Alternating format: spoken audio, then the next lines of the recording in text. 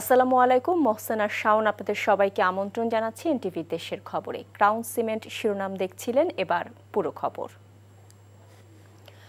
সবার সাথে সমঝোতার ভিত্তিতে আগামী বছরের ফেব্রুয়ারি মাসের প্রথমার্ধে জাতীয় নির্বাচন অনুষ্ঠিত হবে বলে জানিয়েছেন প্রধান উপদেষ্টা অধ্যাপক ডক্টর মোহাম্মদ ইউনূস।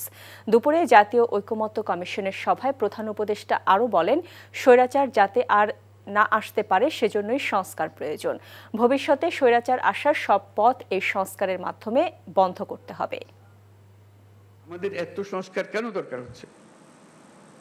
দরকার হচ্ছে সব পথঘাট বন্ধ করা, স্বৈরাচার আর কোনো দিক থেকে যেন বাইরে আসতে না পারে আমাদেরকে। এইটি আর কিচ্ছু না, বাকিটা আমরা জানি।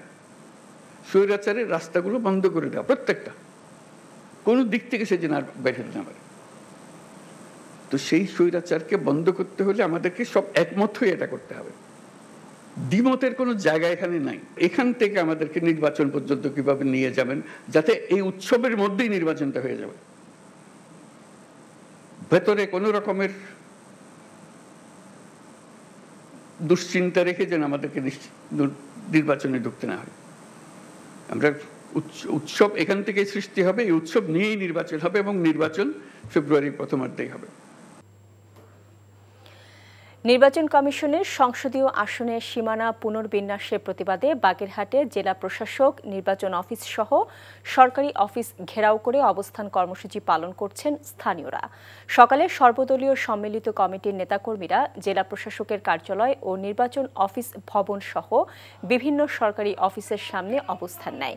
এ সময় তারা দাবি আদায় না হওয়া পর্যন্ত অবরোধ চালিয়ে যাওয়ার হুঁশিয়ারি দেন। এদিকে সকাল থেকে রেলপথ অবরোধ করে অবস্থান নিয়েছে ফরিদপুরের ভাঙ্গা উপজেলার আলগী ইউনিয়ন ও হামিরদি ইউনিয়নের বাসিন্দারা। এতে ঢাকাগামী নকশিকাথা এবং খুলনাগামী সুন্দরবন এক্সপ্রেস ট্রেনটি আটকে রয়েছে। ভোগান্তিতে পড়েন সাধারণ মানুষ। পাশাপাশি মহাসড়কে গাছ কেটে এবং টায়ার জ্বালিয়ে অবরোধ করছে স্থানীয়রা। এতে মহাসড়কে যান চলাচল বন্ধ হয়ে যায়। অন্যদিকে পাবনা 1 সংসদীয় আসন পুনর্বহালের দাবিতে বেড়া উপজেলায় সকাল সন্ধ্যা হরতাল, সড়ক ও নৌপথ অবরোধ পালন করছে সর্বদলীয় সংগ্রাম কমিটি। সংসদীয় আসন পুনর্বিন্যাসের প্রতিবাদে ফরিদপুর অঞ্চলে চলা অবরোধ আজ বিকেলের মধ্যে তুলে নেবার আলটিমেটাম দিয়ে স্বরাষ্ট্র উপদেষ্টা জাহাঙ্গীর আলম চৌধুরী বলেছেন, অন্যথায় আইন প্রয়োগ করা হবে। দুপুরে সচিবালয়ে আইন শৃঙ্খলা সংক্রান্ত কোর কমিটির সভা শেষে তিনি একথা বলেন। দুইটা ইউনিয়নে কতজন লোক আর কতজন ভোটার আর কত প্রায় লাখ লাখ লোকের কিন্তু আপনি জিম্মি করে রাখছেন। এটা কিন্তু কোনো অবস্থায় বরদাস্ত করা হবে না। আমরা হয়তো এই আজকেই বিকালের মধ্যে যদি এটা তারা সমাধান না করে, আমরা আইন প্রয়োগের মাধ্যমে এটা করে দেব। এটা ক্ষেত্রে আমার মনে হয় আপনাদেরও সবাই সাহায্য সহযোগিতা লাগবে। আপনারাও মনে হয় চান যে এটা আইন প্রয়োগের মাধ্যমে তো রাস্তাটা ক্লিয়ার করে দেওয়ার জন্য। ফরিদপুরের ভাঙ্গা থেকে সরাসরি যুক্ত হচ্ছেন সেখানে আমাদের স্থানীয় প্রতিনিধি সঞ্জীব দাস।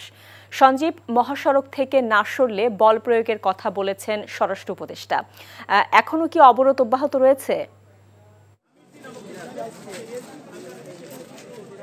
আমি এই মুহূর্তে দাঁড়িয়ে আছি ফরিদপুরের ভাঙ্গা উপজেলার যে দুটি ইউনিয়ন নির্বাচন কমিশনের সম্পত্তি যে গেজেট ঘোষণা হয়েছে, সেই গেজেট থেকে বাদ দেওয়া হয়েছে যে নগরকান্দা যে 2 আসন সালতা নিয়ে গঠিত, সেই আসনের সাথে সংযুক্ত, নগরকান্দার সাথে উপজেলার সাথে সংযুক্ত করা হয়েছে। সেই ইউনিয়নের একটি হামিরদি, সেই হামিরদির ঠিক সামনেই পুকুরিয়া বাস স্ট্যান্ড, যে মহাসড়ক দিয়েই আসলে সকাল থেকেই এখানে যারা তারা কিন্তু অবরোধ করে এখানে তার অবস্থান করছে, এখন অবরোধ চলছে। আর আপনি বলছিলেন যে রেলের কথা, আমরা দেখেছি যে সকাল থেকে যে দুটি ট্রেন, একটি ট্রেন নকশিকাথা, সেটি ঢাকাগামী খুলনা থেকে, সেটি কিন্তু আটকে তারা এই পুকুরিয়ার পাশে যে পুকুরিয়া স্টেশন রয়েছে, তার রেল স্টেশন, তার সামনে কিন্তু আটকিয়ে দেয় এবং সেখানে তারা বিক্ষোভ করে। আরেকটি ট্রেন যেটা ঢাকা থেকে সুন্দরবন এক্সপ্রেস খুলনাগামী, সেটা কিন্তু ভাঙ্গা যে রেলওয়ে জংশন রয়েছে সেখানে কিন্তু আটকা পড়ে আছে এই মুহূর্তে। এখনো অবরোধ চলছে।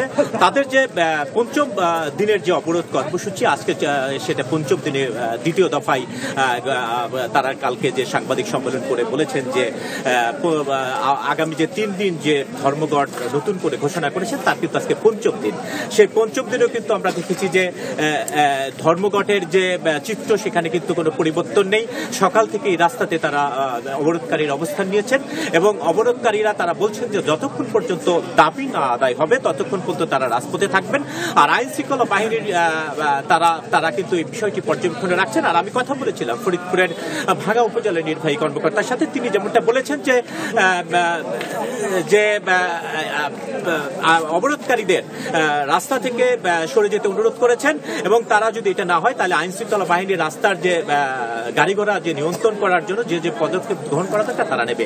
তো শাওন, এই ছিল আমার কাছে ফরিদপুরের অবরোধ চিত্র নিয়ে সর্বশেষ সংবাদ। যে শাওন, জানছিলাম ভাঙার সড়ক অবরোধের খবর।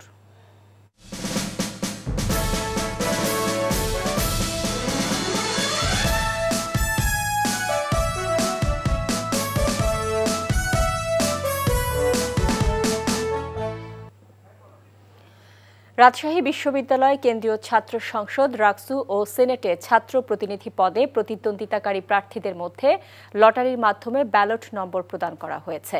বিকেল থেকে সিনেট ভবনে প্রার্থীদের উপস্থিতিতে নির্বাচন কমিশন ও রিটার্নিং কর্মকর্তারা এই লটারির আয়োজন করেন। প্রথমে ভিপি, এরপর জিএস এবং পর্যায়ক্রমে রাকসুর 23টি পদে প্রতিদ্বন্দ্বিতাকারী 248 জন প্রার্থীকে ব্যালট নম্বর প্রদান করা হয়। পরে সিনেটের ছাত্র প্রতিনিধি 5টি পদে 58 জন প্রার্থীকে ব্যালট নম্বর প্রদান করা হয়। আজ সন্ধ্যায় চূড়ান্ত প্রার্থী তালিকা প্রকাশ করা হবে বলে জানিয়েছেন রাকসুর প্রধান রিটার্নিং কর্মকর্তা অধ্যাপক সেতাউর রহমান। এরপর থেকে প্রার্থীরা নির্বাচনী প্রচারণা শুরু করতে পারবেন। তফসিল অনুযায়ী আগামী 25 সেপ্টেম্বর ভোট গ্রহণ করা হবে।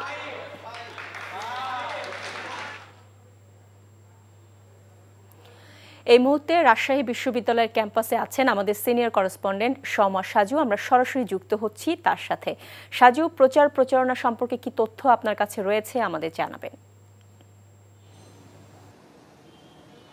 শাওন, আমি এই মুহূর্তে রয়েছি রাজশাহী বিশ্ববিদ্যালয় সিনেট ভবনের সামনে। এখানে প্রার্থীদের যে ব্যালট নম্বর দেওয়া যে লটারি শুরু হয়েছে সেটা শুরু হয়েছে দুপুর 3:30 থেকে। এখনও এই লটারি চলছে। এখন পর্যন্ত 306 জন যে প্রার্থী রয়েছে রাকসু এবং সিনেটের ছাত্র প্রতিনিধি, তাদের এখনও লটারিটা সম্পন্ন হয়নি।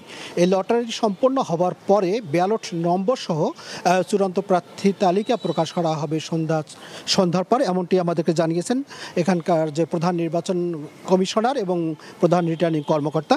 এরপর থেকে মূলত প্রার্থীরা এই যে লটারি চলছে, লটারির কার্যক্রম শেষ হলে প্রার্থীরা তাদের যে প্রচারণা সেটা শুরু করতে পারবেন। তবে এই মুহূর্তে যেহেতু লটারি শেষ হয়নি এখন পর্যন্ত, সকল প্রার্থী এখনও সিনেট ভবনের ভিতরে অবস্থান করছেন।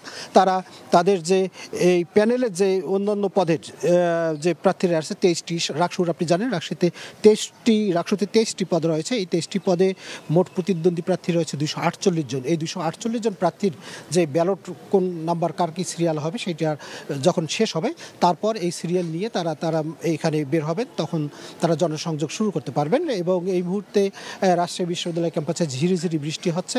আমি প্রার্থীদের সাথে কথা বলেছি, তারা বলেছে যে সন্ধ্যায় তারা জনসংযোগ শুরু করবে। ছাত্রী যারা ক্যাম্পাসে আছে তাদের কাছে যাবে এবং বিভিন্ন হলে তারা যাওয়ার চেষ্টা করবে। এর বাইরে আপনাকে একটু তথ্য জানিয়ে রাখি যে রাজশাহী বিশ্ববিদ্যালয়ের যে ছাত্র দলের প্যানেল, সেই ছাত্র দলের প্যানেল এবং আরেকটি প্যানেল থেকে স্বচ্ছ ব্যালট বাক্সের যে দাবি জানানো হয়েছে। প্রধান নির্বাচন কমিশনের সঙ্গে আমি কথা বলেছি, তিনি বলেছেন যে সেই সুযোগ নেই। কারণটা হলো প্রার্থীরা যখন ভোট দেবে সেই ব্যালট পেপার যেটা, সেই ব্যালট পেপার তারা ভাঁজ করার সুযোগ পাবে না, ব্যালট পেপারটা পুরোপুরি দিতে হবে। সুতরাং স্বচ্ছ ব্যালট পেপার যদি স্বচ্ছ ব্যালট পেপারের মধ্যে যদি ব্যালট বাক্সের মধ্যে যদি ব্যালট পেপার যায়, তখন কে আগে যে প্রার্থী সে কাকে ভোট দিয়েছে সেটা প্রার্থীরা দেখতে পারবে। এই কারণে তারা বলছে যে স্বচ্ছ ব্যালট বাক্স করার কোনো সুযোগ এখানে থাকবে না। অন্যান্য যে কার্যক্রম নির্বাচন কমিশনের সেই কার্যক্রমগুলো এগিয়ে চলছে এবং আজকে সন্ধ্যা থেকেই আশা করছি যে প্রার্থীরা নির্বাচনী প্রচারণা শুরু করতে পারবে। শাওন, জানছিলাম রাকসু নির্বাচনের খবর। এদিকে চট্টগ্রাম বিশ্ববিদ্যালয় কেন্দ্রীয় ছাত্র সংসদ চাকসু নির্বাচনের মনোনয়নপত্র বিতরণ শুরু হলো আজ থেকে।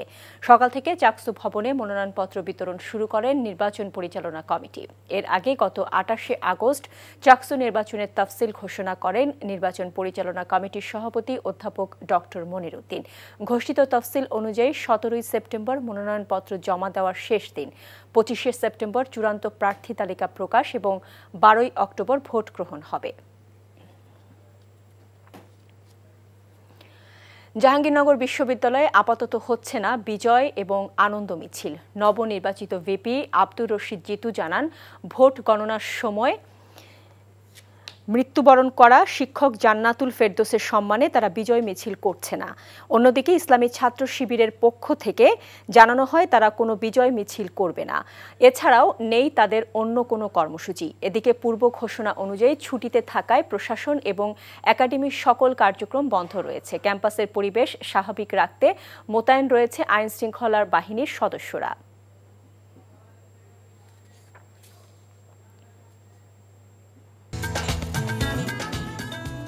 এই ছিল দেশের খবরে। এই খবরের ভিডিও সহ আপডেট জানতে ভিজিট করুন এনটিভি অনলাইন www.ntvbd.com। এছাড়াও এনটিভি জনপ্রিয় সব অনুষ্ঠান ও খবরের আপডেট জানতে ভিজিট করুন আমাদের ইউটিউব ও ভেরিফাইড ফেসবুক পেজ। ৬টায় ইভিনিং নিউজ দেখার আমন্ত্রণ রইল। এতক্ষণ সাথে থাকার জন্য সবাইকে ধন্যবাদ।